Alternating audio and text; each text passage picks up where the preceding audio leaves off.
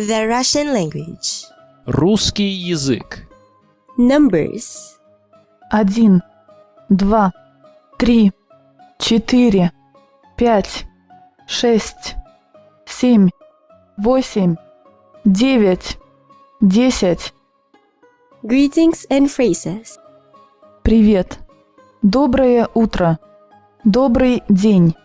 Добрый вечер. Спокойной ночи. Пока. До свидания. Да. Нет. Возможно. Хорошо. Спасибо. Пожалуйста. Извините. Мне очень жаль. Vocabulary. Красный, зеленый, желтый, оранжевый, синий, голубой, коричневый, фиолетовый, белый, розовый, черный, серый, телефон, ключи, кровать, дом, ванная, душ, где чемоданы, паспорт, кредитная карта, мыло, бритва, зубная паста, зубная щетка, расческа, щетка для волос, полотенце, нож, вилка, ложка, тарелка, палочки, кастрюля, кока-кола, чай, вода, пиво, вино,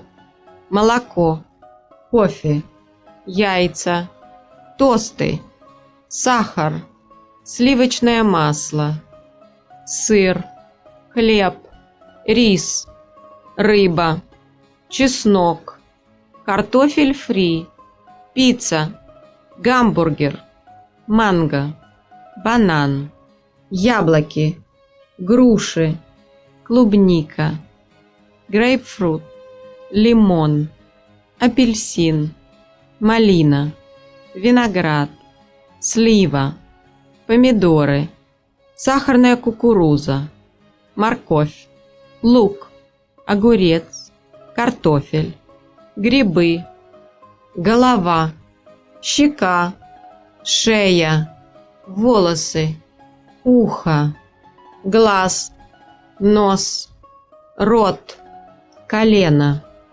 локоть, лодыжка, нога, стопа, большой палец, пальцы, запястье, рука, кисть руки.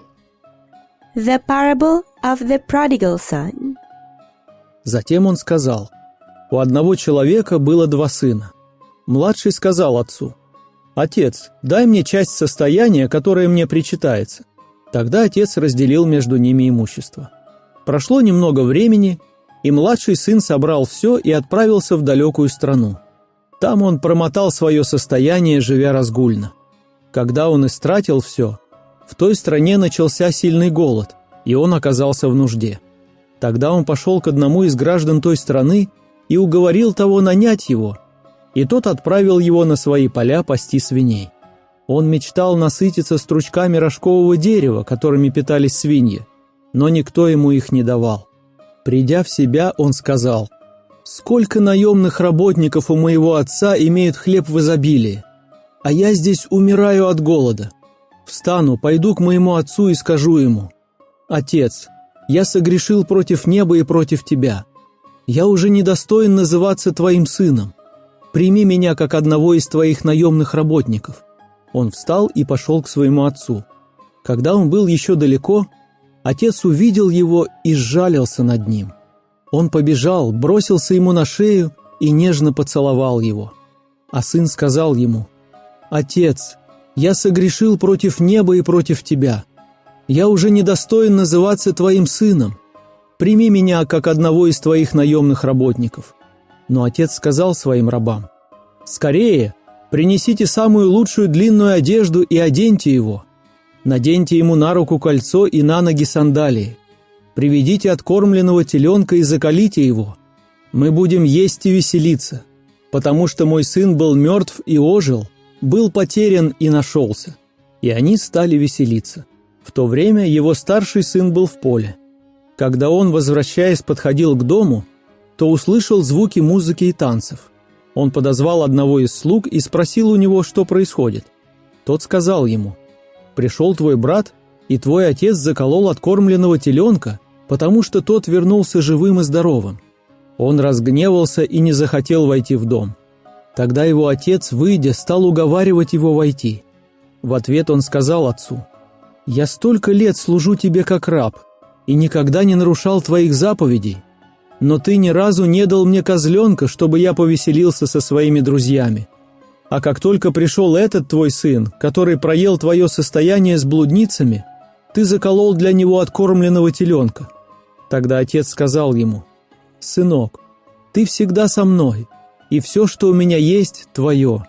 Мы стали веселиться и радоваться, потому что твой брат был мертв и ожил, был потерян и нашелся».